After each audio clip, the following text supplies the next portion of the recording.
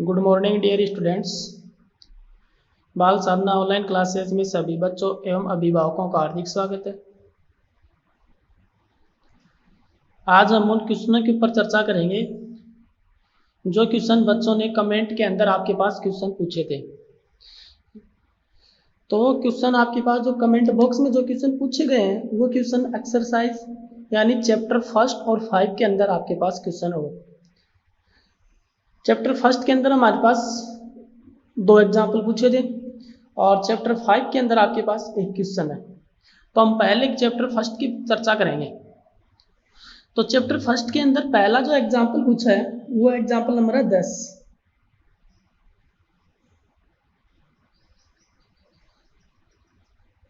Example number 10 chapter 1 के अंदर example number 10। Example 10 है, यदि f from q to q और fx की वैल्यू हमारे पास है 2x तथा g from q to q और gx की वैल्यू हमारे पास है gx इज इक्वल टू है x प्लस 2। तो निम्न का सत्यापन कीजिए। तो हमें निम्न का क्या करना है? सत्यापन। क्या? G of inverse is equal to F inverse O ji inverse, ये हमें सिद्ध करना है बेटा। यानी LHS is equal to RHS, दोनों इक्वल होने चाहिए। सत्यापन भी करना है। तो हमारे पास यहाँ 2 फलन दिए गए हैं। पहला फलन है f from q to q, दूसरा फलन है g from q to q। fx की वैल्यू 2x है, gx की वैल्यू है x प्लस 2 और हमें सत्यापन इसका करना है। ऐसी हमने एक प्रमेय भी पढ़ी थी चैप्टर 1 के अंदर। आप चैप्टर 1 को एक बार दोबारा रिवाइज करना, यानी उसको वापस पढ़ना एक बार। तो g of inverse is equal to क्या होता है? एफ इनवर्स ओ जी इनवर्स। यानी इसको हम ये लिख सकते हैं, जब मेरे पास इसकी वैल्यू आ जाएगी तो इसकी वैल्यू आ गई, इसकी वैल्यू आ गई तो इसका मान है, क्योंकि दोनों वैल्यू आपस में क्या होती है? इक्वल होती है। ओके, अब यहाँ देखो इनवर्स का मतलब क्या होता है? प्रतिलोम फलन। इनवर्स का मतलब क्या होता है? प्रतिलोम फलन।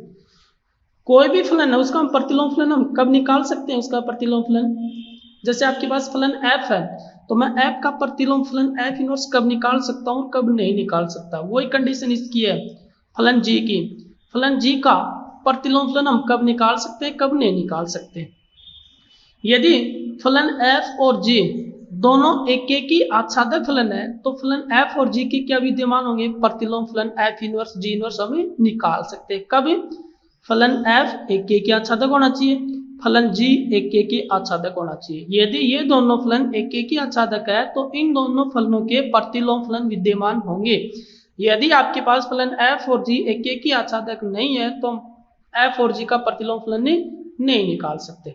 ओके, तो ये आपके पास फलन f और g है, वो किस टाइप का फलन आपके पास? यहाँ देखो, क्योंकि फलन f और g रेखिक फलन है। रेखिक फलन का मतलब ये होता है कि x के ऊपर पावर 1, यहाँ भी x के ऊपर पावर 1, यहाँ भी x के ऊपर पावर 1 है कि नहीं है।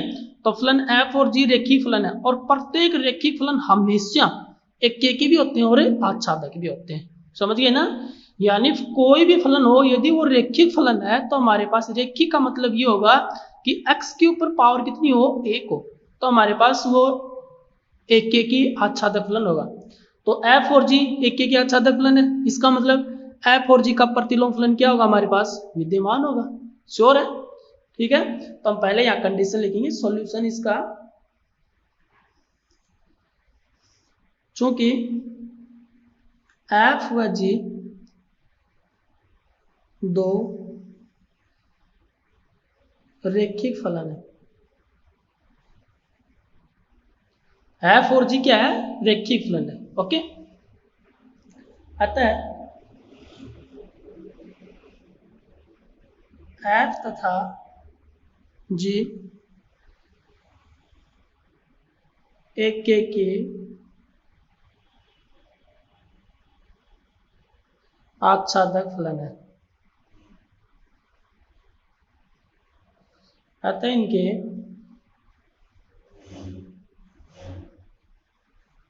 प्रतिलोम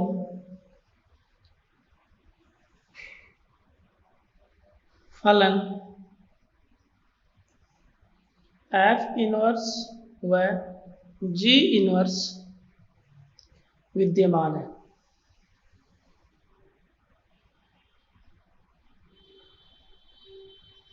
चूंकि फलन एफ और जी रेखिक फलन है तो एफ और जी क्या होगा, एक के क्या चाहते फलन होगा। अतः इनके प्रतिलोम फलन एफ इनवर्स व जी इनवर्स विद्यमान है। क्योंकि फलन एफ और जी एक के क्या चाहते फलन है तो इनके हम प्रतिलोम फलन निकाल सकते हैं। ओके, अब इसका प्रतिलोम फलन निकालो बेटा।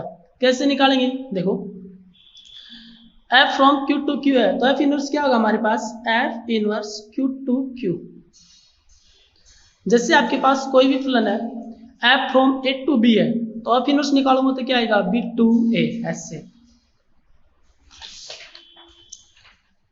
जैसे मेरे पास ये फलन है F from A to B तो मैं इसका एफ इनवर्स निकालूं तो क्या लिखूंगा, इसको मैं बी टू ए। यानी ये दोनों ये चेंज हो जाते हैं। ये तो होता है प्रांत, ये क्या होता है प्रांत, और ये हमारे पास क्या होता है सह प्रांत। ओके, अब देखो बी तो क्या हो गया प्रांत किसका, एफ इनवर्स का, और ए क्या हो गया सह प्रांत किसका, एफ इनवर्स। फलन एफ का प्रांत है ए, फलन एफ का सह प्रांत है बी, एफ इनवर्स का प्रांत है बी और एफ इनवर्स का सह प्रांत है ए। यानी ये दोनों चेंज हो जाते हैं कभी, जब हम प्रतिलोम फलन निकालते हैं तब। ओके, तो ये इसकी मैपिंग सेम है क्यू टू क्यू, तो यहां भी क्या होगा क्यू टू क्यू। ओके, अब मैं फलन एफ एक्स का प्रतिलोम फलन निकालता हूं। जब कोई भी फलन का प्रतिलोम फलन निकालते तो हम कैसे निकालते हैं, मानना F X is equal to Y, यानी उस फलन के बराबर क्या लिखते हैं हमें, वाई लिखते हैं। यहां से एक्स की वैल्यू निकाल लो, एक्स की वैल्यू कितनी आई बेटा, यहां से F inverse Y. F X का मान यहां पुट कर दो तो 2x is equal to Y. X का मान निकाल लो यहां से, x इज इक्वल टू कितना है आपके पास y बाई 2। ओके, अब x का मान कितना है, एफ इनवर्स वाई पुट कर दो बेटा यहाँ। तो x की जगह रख दो F inverse y is equal to Y by 2 implies फलन एफ एक्स है वो किसके पदों में है, x के पदों में f, और फलन f का प्रतिलोम फलन किसके पदों में है, y के पदों में, तो इसकी जगह x लिख दो। तो F inverse x is equal to X by 2, ये हमारे पास है प्रतिलोम फलन। Okay, F inverse Q to Q, फिर आपके पास क्या है एफ एक्स के बराबर क्या लिखा वाई, क्यों लिखा हमने, क्योंकि फलन एफ एक्स का क्या निकालना है, प्रतिलोम फलन निकालना, तब हम ये लिखते हैं। मेथड है ये आपके पास, प्रतिलोम फलन निकालने की विधि है ये। तो F x equal to Y, X का मान निकाला था F inverse Y, F X की वैल्यू पुट कर दो, यहाँ से एक्स की वैल्यू फाइंड करो, फिर एक्स का मान यहाँ पुट कर दो। अब ये वाई के पदों में होना किसके पदों में चाहिए, ये एक्स के पदों में, तो यहाँ वाई की जगह एक्स पुट कर दो। ये तो हो गया एफ इनवर्स यानी फलन एफ का प्रतिलोम फलन। इसी प्रकार फलन जी का,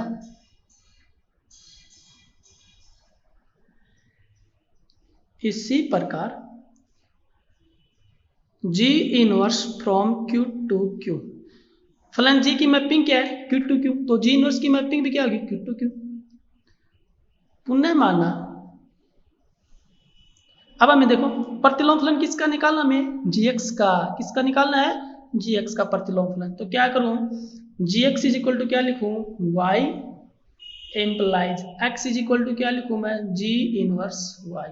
ओके, या जी एक्स की वैल्यू पुट करो, जी एक्स की वैल्यू कितनी है हमारे पास X plus 2 is equal to Y.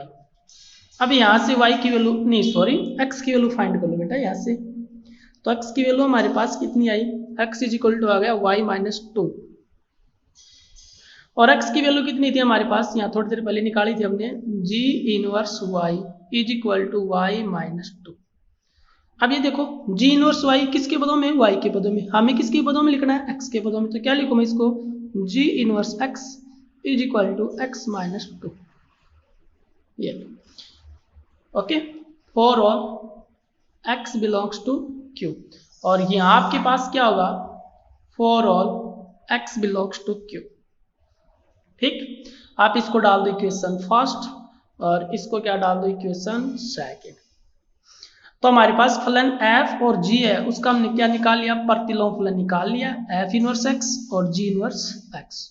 Okay, उसके बाद देखो हमें निकालना है गोफ इनवर्स। गोफ इनवर्स का मतलब ये होता है फलन f और g का संयुक्त फलन होता है गोफ इनवर्स।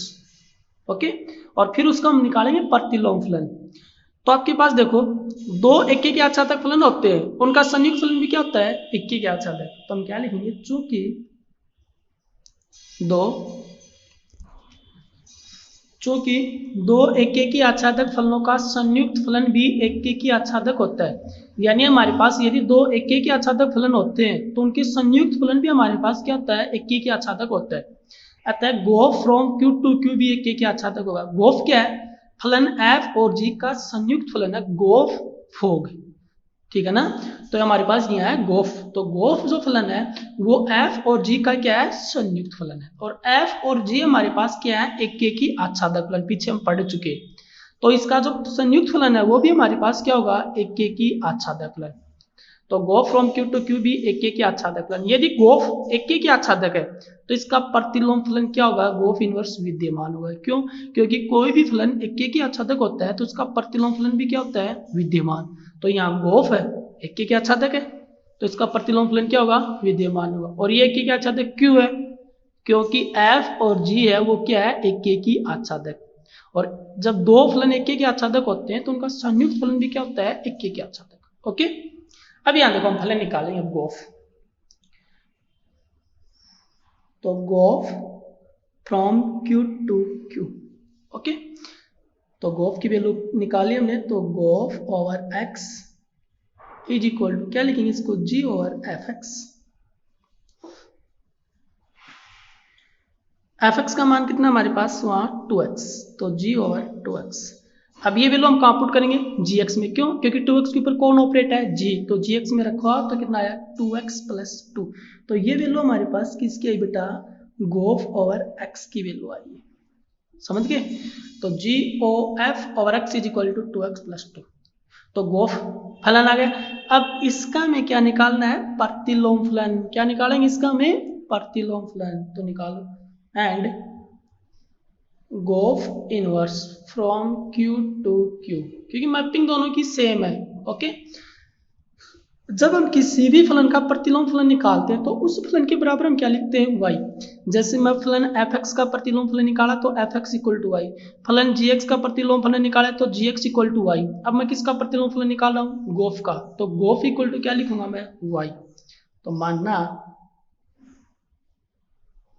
गोफ over x is equal to y, और x इक्वल टू कितना है आपके पास, गोफ इनवर्स ओवर y। ओके, या गोफ ओवर x की वैल्यू कितनी है, 2x plus 2 is equal to y, implies x की वैल्यू निकाल लो बेटा यहाँ से। तो x की वैल्यू कितनी है आपके पास, y माइनस बाई 2, और x का मान हमारे पास कितना है यहाँ, ये रहा x का मान कितना है, g of inverse y is equal to y minus 2/2। G of inverse यानी गोफ का प्रतिलोम फलन y के पदों में है, तो इसको मैं किसके पदों में लिखूंगा, x के पदों में। तो g of inverse over x is equal to x minus 2/2 for all x belongs to q। ये हमारे पास आया इक्वेशन 3। ये देखो लेफ्ट साइड है, जो हमें सत्यापन करना है ना उसकी लेफ्ट साइड है ये गोफ इनवर्स, और इक्वल टू क्या लेकर आना हमें, एफ इनवर्स ओ जी इनवर्स। लेफ्ट साइड दिखाओ, ये देखो g of inverse equal to F inverse O ji inverse. तो लेफ्ट साइड तो हम निकाल चुके, समीकरण 3 है, वो कौन सी साइड है, लेफ्ट साइड, गोफ इनवर्स की वैल्यू। हमें क्या निकालना है, राइट साइड। ओके, तो समीकरण 3 निकालने से पहले हमें ये पूरी वैल्यू निकालनी पड़ेगी, यानी फलन एफ और जी को हमें प्रतिलोम फलन निकालेंगे, फिर आपके पास फलन एफ और जी का संयुक्त फलन निकालेंगे, फिर उसकी गोफ निकालो, फिर आपके पास उसका गोफ इनवर्स आ जाएगा। ओके, अब देखो पुनः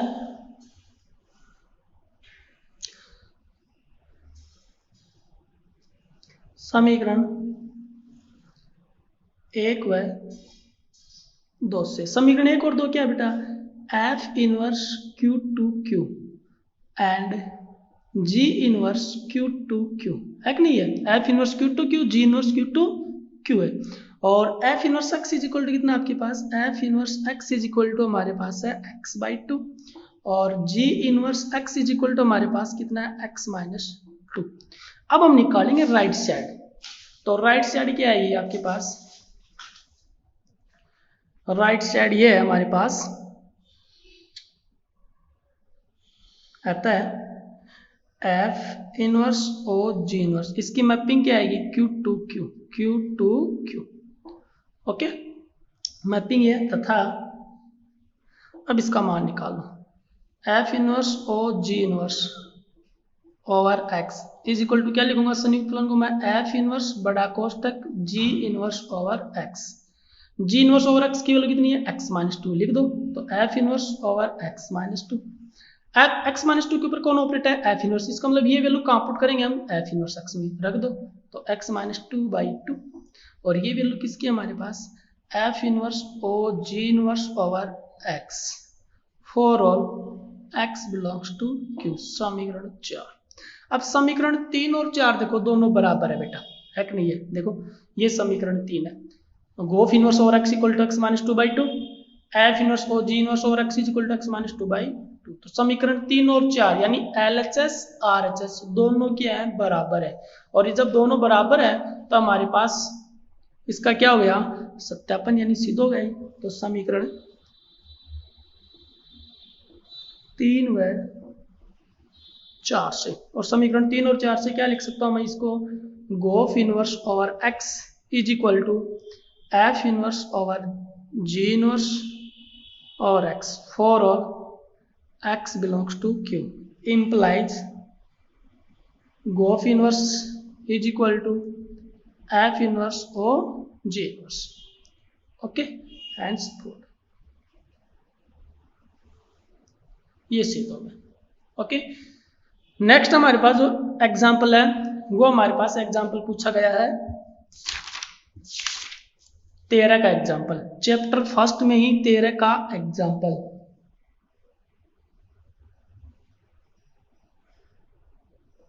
एग्जाम्पल नंबर 13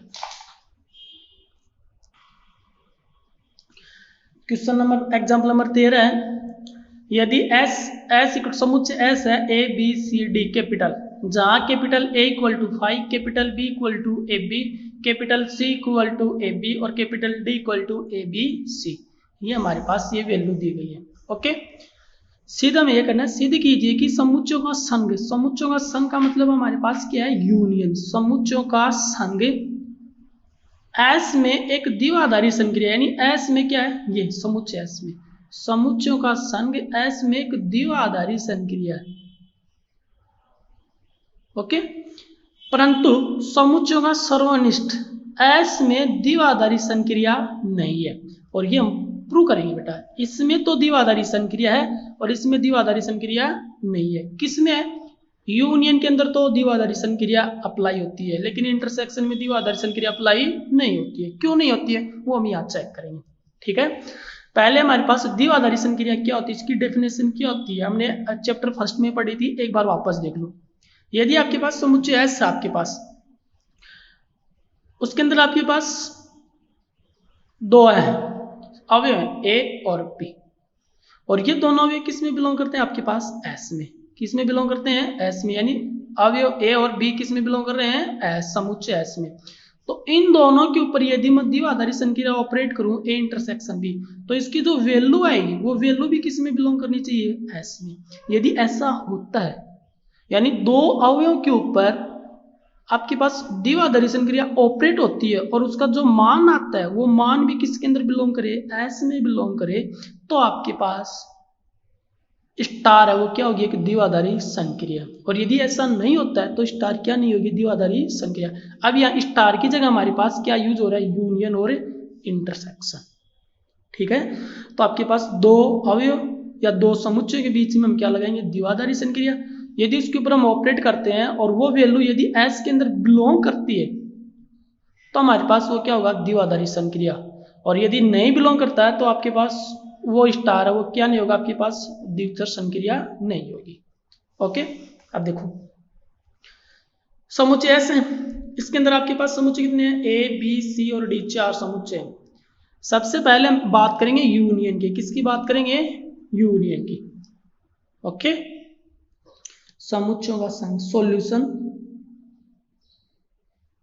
समुच्चयों का संघ। तो समुच्चय के संघ में हमारे पास क्या क्या होना चाहिए देखो ए यूनियन बी होना चाहिए, A union C, A union D, और ये सभी किस में बिलोंग करने चाहिए एस में बिलोंग करने चाहिए। यदि एस में बिलोंग करते हैं क्योंकि ए और बी किस में बिलोंग करता है देखो ए और बी किस में बिलोंग करता है एस में, ए और बी एस में, ए और सी एस में, ए और डी एस में। क्यों? समुच्चय ए बी सी और डी किस में बिलोंग करते हैं? चारों एस के अंदर बिलोंग करते हैं। समझ गए ना? यानी समुच्चय ए बी सी डी किससे बने हैं? समुच्चय एस से बने हैं। इसका मतलब चारों समुच्चय किस में बिलोंग करते हैं? समुच्चय एस में। तो मैं इन चारों समुच्चय के ऊपर यदि द्विआधारी संक्रिया ऑपरेट करता हूं और जो वैल्यू आती है वो भी एस में बिलोंग करती है, तो यूनियन हमारे पास क्या होगा कि द्विआधारी संक्रिया है। ओके, फिर हमारे पास होना चाहिए बी यूनियन सी और बी यूनियन डी। फिर हमारे पास होना चाहिए सी यूनियन डी। ये चारों पांचों कंडीशन अप्लाई होनी चाहिए और ये सभी कंडीशन किस में बिलोंग करनी चाहिए बेटा? एस में। देखो बारी बारी से इनको हम चेक करते हैं। पहले हम चेक करते हैं ए यूनियन बी को। ए का मान क्या है? 5 यूनियन बी का मान कितना बेटा? A B. ओके, देखो समुच्चय ए और बी किस में बिलोंग करते हैं? एस में। तो ए यूनियन बी भी किस में बिलोंग करना चाहिए? एस में। यदि ऐसा होता है तो यूनियन क्या होगा? द्विआधारी संक्रिया। क्योंकि डेफिनेशन ये कहती है यदि दो अवयव एस में बिलोंग करते हैं, ए और बी, इन दोनों अवयवों के ऊपर मैं स्टार संक्रिया ऑपरेट करता हूं और ये भी वैल्यू किस में बिलोंग करती है? एस में, तो आपके पास स्टार है वो क्या होगा? द्विआधारी संक्रिया। और यदि ए और बी एस में बिलोंग करते हैं और मैं इन दोनों के ऊपर स्टार संक्रिया ऑपरेट करता हूं और ये एस में बिलोंग नहीं करता है, तो आपके पास स्टार है वो क्या नहीं होगा? द्विआधारी संक्रिया नहीं होगा। ओके, तो 5 union A B equal to क्या आएगा? A B. और ए बी किसके इक्वल होगा बेटा? बी के इक्वल। इसका मतलब बी किस में बिलोंग करता है? एस में, क्योंकि बी एस में तो बिलोंग कर रहा है ना बी। ए बी का मान क्या है? नहीं हाँ, समुच्चय बी का मान कितना है? बी। और बी किस में बिलोंग कर रहा है? एस में। यानी ए यूनियन बी की वैल्यू कितनी आई है? बी। बी किस में बिलोंग करता है? एस में। इसका मतलब यूनियन है। ए बी के लिए क्या है? द्विआधारी संक्रिया। ओके, अगला ए यूनियन सी। 4 है, ए बी सी डी। तो ए यूनियन बी, फिर A union C, A union D, फिर बी का नंबर आएगा B union C, B union D, फिर सी का नंबर आएगा सी यूनियन डी। ओके, ये 4-5 कंडीशन है, पूरी कंडीशन निकाल है। ए यूनियन सी, ए का मान कितना है? 5। यूनियन सी का मान क्या है? A B. तो कितना है आपके पास? A B. और 5 union A B, A B किसकी इक्वल है? सी की इक्वल। तो सी और यू बिलोंग्स टू एस। तो ए यूनियन सी का मान कितना आया? सी। सी किस में बिलोंग कर रहा है? एस में। इसका मतलब यूनियन क्या है? द्विआधारी संक्रिया। ओके, क्यों है? क्योंकि समुच्चय ए और सी किस में बिलोंग करता है? ए और सी एस में। और ए यूनियन सी का मान भी किस में बिलोंग करता है? एस में। इस कारण यूनियन डी का मान A B C is equal to कितना आएगा बेटा? A B C. और इसका मान कितना है? डी। और बिलोंग्स टू एस। कोई दिक्कत? A union B, B belongs to S. A union C, C belongs to S. A union D, D belongs to S. फिर हमारे पास आएगा B union C. Okay, and B union C. तो B union सी का मान क्या है बेटा? बी का मान कितना है? A B. यूनियन सी का मान कितना है? A B. और A B union A B equal to कितना होता है बेटा? A B. और ए बी किसकी इक्वल हमारे पास? ए बी बी की इक्वल भी है, सी की इक्वल भी है। तो आप या तो बी लिखो या फिर हम क्या लिख सकते हैं? इसको सी लिख सकते हैं, कोई दिक्कत नहीं आपके पास। सी की वैल्यू हमारे पास है ए बी एस सी। सी की वैल्यू बेटा एस सी है, क्वेश्चन में गलत है बेटा, एस सी है। ओके, यहाँ भी सी की वैल्यू बेटा आप एस सी करो, यहाँ भी बी की जगह सी करो। ओके, तो ये आपके पास जो वैल्यू है वो आएगी ए बी सी। और ये मान किसकी इक्वल है? डी के इक्वल। और डी किस में बिलोंग करता है? एस में। ओके, यानी जो सी का मान है वो एस सी है बेटा, एस सी। ए बी नहीं है, एस सी। ओके, तो यहाँ A union B, B, A union C, C, A union D, D. और ये किस में बिलोंग करते हैं? एस में। फिर हमारे पास आता है बी यूनियन सी। तो बी यूनियन सी, बी का मान ए बी, यूनियन सी का मान एस सी। तो क्या हुआ? A B C. और ए बी सी किसकी इक्वल है?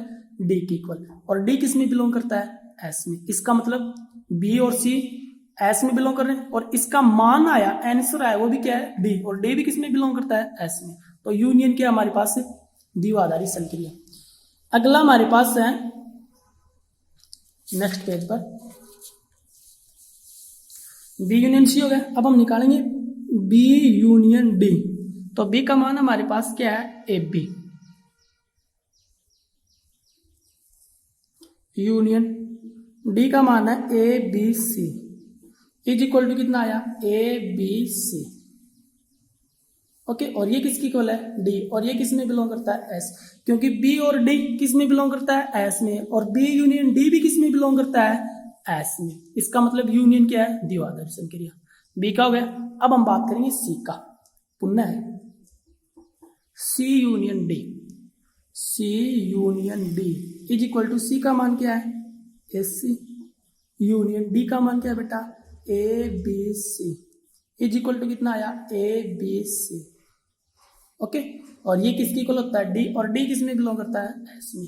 तो 4 5 वैल्यू आई आपके पास, कितनी वैल्यू आई 6, 1 2 3 4 5 और 6, 6 के 6 मान हमेशा किस में बिलोंग कर रहे हैं एस में। ओके, और एस में बिलोंग कर रहे हैं तो हम क्या लिख सकते हैं इसको, अतः यूनियन एस में एक द्विआधारी संक्रिया है। ओके, अब हम ये तो होगा यूनियन है वो एस में द्विआधारी संक्रिया आपने देख लिया सभी में। अब हम किसकी बात करेंगे इंटरसेक्शन की। इंटरसेक्शन का मतलब ये है कि ए और बी है वो एस में बिलोंग कर रहे हैं, तो ए इंटरसेक्शन जो बी है वो भी किस में बिलोंग करना चाहिए एस में। ए इंटरसेक्शन सी भी किस में बिलोंग करना चाहिए एस में। ए इंटरसेक्शन डी भी किस में बिलोंग करना चाहिए एस में। बी इंटरसेक्शन सी भी बिलोंग करना चाहिए एस में। बी इंटरसेक्शन डी भी किस में बिलोंग करना चाहिए एस में। सी इंटरसेक्शन डी भी किस में बिलोंग करना चाहिए एस में। यानी ये 6 की 6 वैल्यू किस में बिलोंग करनी चाहिए एस में, जैसे यूनियन के ऊपर लागू हुई थी। ओके, यहां आपके पास देखो समुच्चय बी और सी देखो,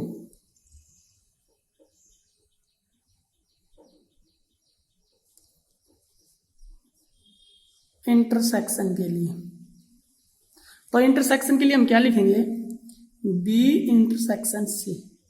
बी का मान क्या है हमारे पास, समुच्चय बी की वैल्यू कितनी है ए बी।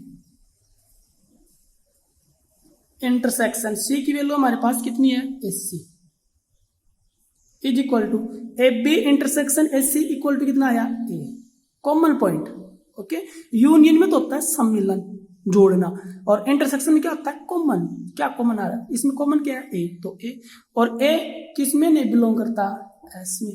क्यों, क्योंकि समुच्चय ए कोई भी समुच्चय के इक्वल नहीं है। B intersection C A B intersection A C equal to समुच्चय ए, तो समुच्चय किसके इक्वल है, किसी की इक्वल नहीं है, ना तो ए के इक्वल, ना बी के इक्वल, ना सी के इक्वल, ना डी के इक्वल, तो सिंगल है। और समुच्चय ए एस में बिलोंग नहीं करता है, क्योंकि एस में कौन बिलोंग कर रहा है A B C D capital, और हमारे पास यहाँ क्या रहा है स्मॉल ए जो कि एस में बिलोंग नहीं करता है। ओके, क्योंकि बी और सी है वो समुच्चय एस में बिलोंग करते हैं, लेकिन बी इंटरसेक्शन सी किस में बिलोंग नहीं करते हैं एस में, चूंकि B C belongs to S. Okay, B intersection C does not belongs to S. इसका मतलब ये है अतः इंटरसेक्शन एस में द्विआधारी संक्रिया नहीं है। ओके, एक क्वेश्चन और बच गया आपके पास, वो क्वेश्चन हम नेक्स्ट वीडियो में देखेंगे। धन्यवाद।